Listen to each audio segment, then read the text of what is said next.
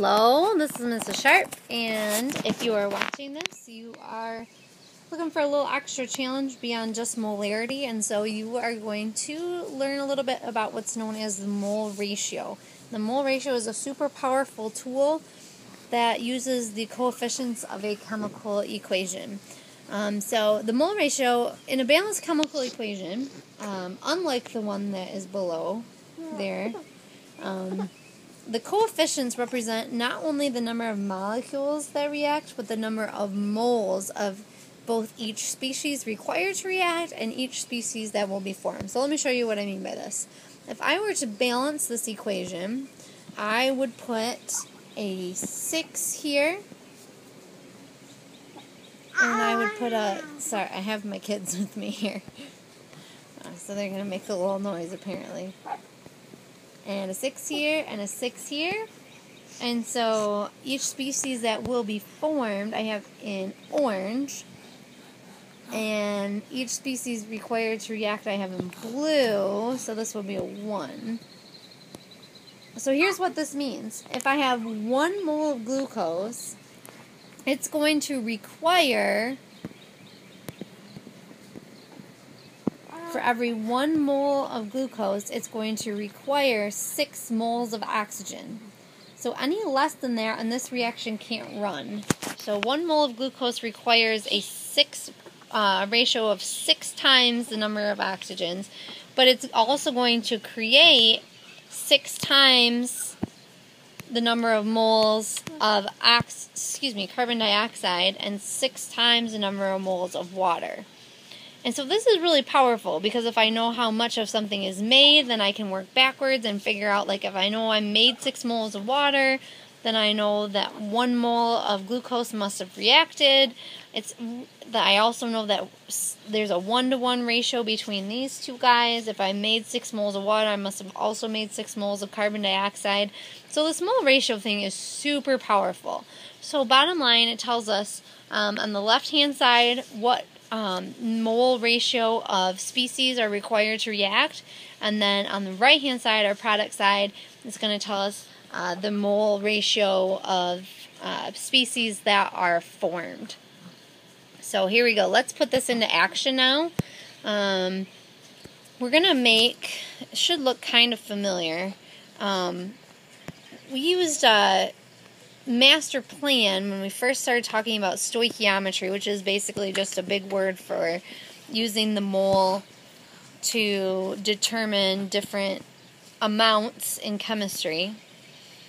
And so if we know the moles of what I'm going to call my known substance, we just learned that the mole ratio is going to connect us to moles of an unknown substance in that same reaction. So using the mole ratio, if I know the number of moles of my anything, reactant, product, whatever, if I know the number of moles of that, I can find the moles of the unknown using that mole ratio. So look at how awesome this is, because I'm just going to do a little dash line right here. So if I know anything about my species, for example, if I know the mass of that substance, I can find the number of moles, and then I can use the mole ratio to find the number of moles of my unknown, and then using that molar mass, I can find the mass of my unknown. That would be called a mass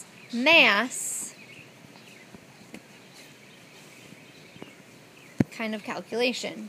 But there are some other things that I can know about the known, such as I can know the number of liters if it's a gas. Okay, that's only if it's a gas.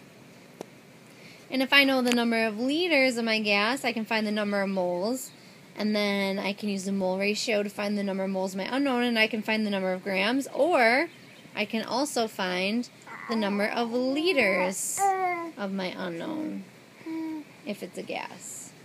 That would be called a volume volume problem because I'm starting with a volume and I want to end with a volume. If I was starting with a volume and I wanted to end with grams, it would be a volume mass. And then the other thing that we've just been learning about is we can know the molarity, big M, if it's a solution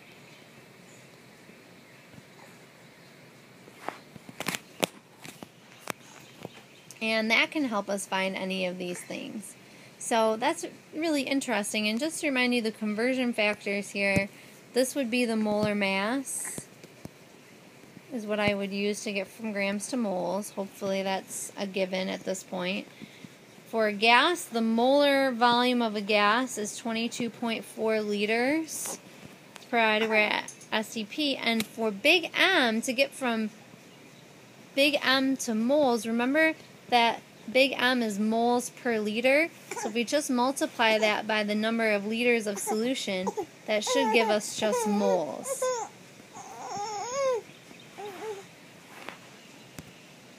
So I'm going to write here just, it's hard to read here, but it just says times the volume of the solution. So if I know the molarity, which would be moles per liter, and I multiply it by the volume of the solution in liters, that's going to make my liters cancel, and that's going to tell me the number of moles. Then I could use the mole ratio to find either the number of liters of a gas or the number of grams of a substance. So this is some pretty powerful stuff. Let's see how it works.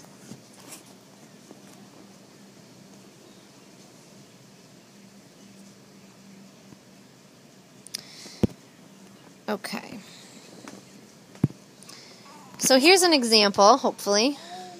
Yep. It says, I'm going to go back one.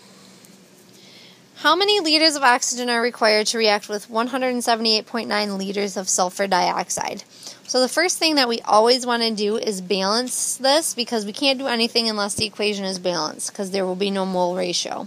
So if I have 1s, and over here I have 4 O's, and over here I have 3, so I'm going to change that to a 2, and that to a 2, and that's going to give me 2 S's on the left, 2 on the right, and then 4 plus 2 more makes 6 oxygens, and 2 times 3 makes 6. So my ratio is for every 2 moles of SO2, I need to react 1 mole of oxygen. So the mole ratio is 2 to 1, but I would have a 1 to 1, 2 to 2 ratio of SO2 to product formed. So if you look at your master plan that you wrote down in your notes, I want liters.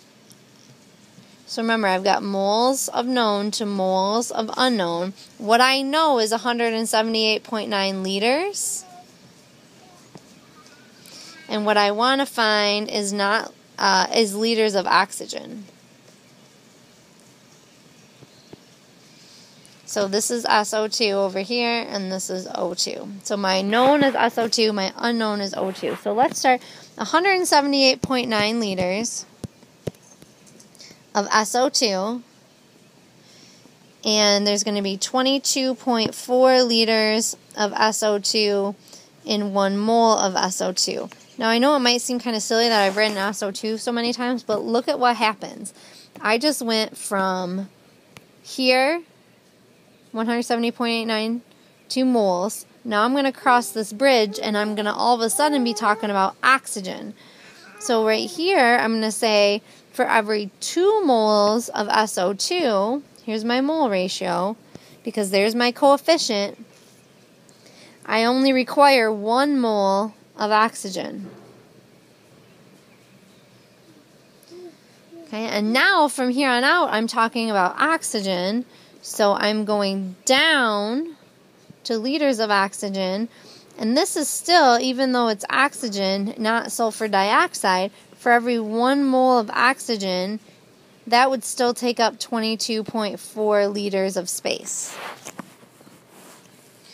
And so if I look at all my units, liters of SO2, liters of SO2, moles SO2, moles SO2, moles of oxygen, and then this should be liters of O2. It kind of got smushed off there. So I'm going to add all this together, multiply 178.9 times 22.4. divided by 22.4 and divided by 2, and what will happen is that my 22.4s are just going to cancel top and bottom. So really this is just going to be 178.9 divided by 2, which gives me 89.45. And that's going to be liters of oxygen.